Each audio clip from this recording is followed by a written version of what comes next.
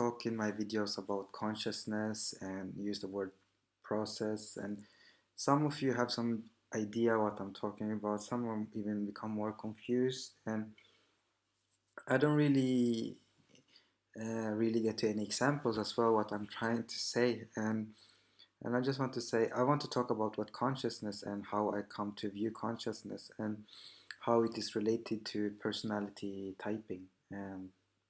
In which I'm engaged in, and that is that consciousness can be viewed as different intelligence, and you can think of one intelligence as we can, for example, call that intelligence relating. So some people are good with other people's. You can be in a big crowd and you can see maybe one person is standing up talking to people, and they will be roaming around talking to different people, and you'll see they get energized, they become so they don't really get tired of this, and you can see they are comfortable in that situation. Now, why is that the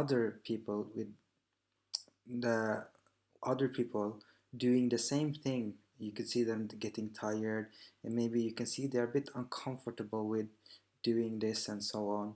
So they can do it, but it's still tiring. So you can say one person has a consciousness of relating. They sort of own that mental process, but the other one get tired and even uncomfortable. You have, for example, personality type as INTJs, also called as masterminds, or INTPs, also called as architect. These people, for example, can engage with people and so on, but for them it's a tiring process. And it's not only tiring process, it's they often feel uncomfortable, even socially awkward. And that has to do that they don't own this realm of relating. However, if you take an INTJ, for example, they can come with most brilliant imagination and insights that usually other types rarely do.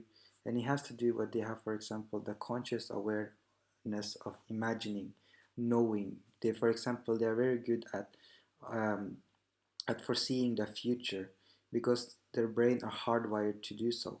So even though they might not be as good to relating with other people, or at least feel awkward doing so, or even confused sometimes, at least they still have this operation mode of foreseeing the future, coming with different insight, understanding bigger conceptual, you can say, properties or conceptual system. So they have this way of understanding this quite naturally.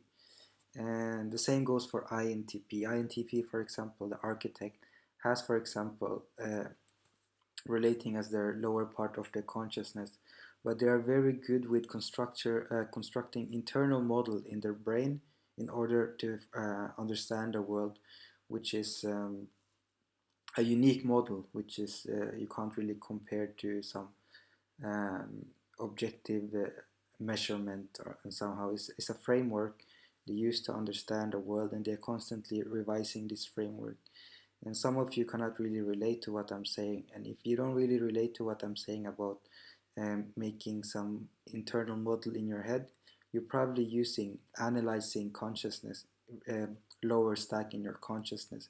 That's why you can't really relate, because you sort of don't use it as much. It's not that you don't use it, because everyone uses it, but it's not as much. So because it's not as much, the quality and your experience of it becomes different, and that's consciousness. And that's why I love personality type, because when I assess people's personality type, I can understand their conscious energy pattern. I have some idea of what conscious they are first operating at, and which one they are most using.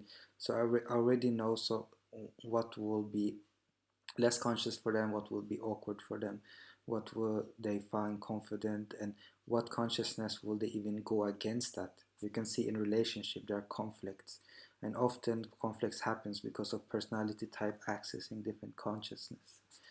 So that's consciousness from my part. So I'll just make more videos.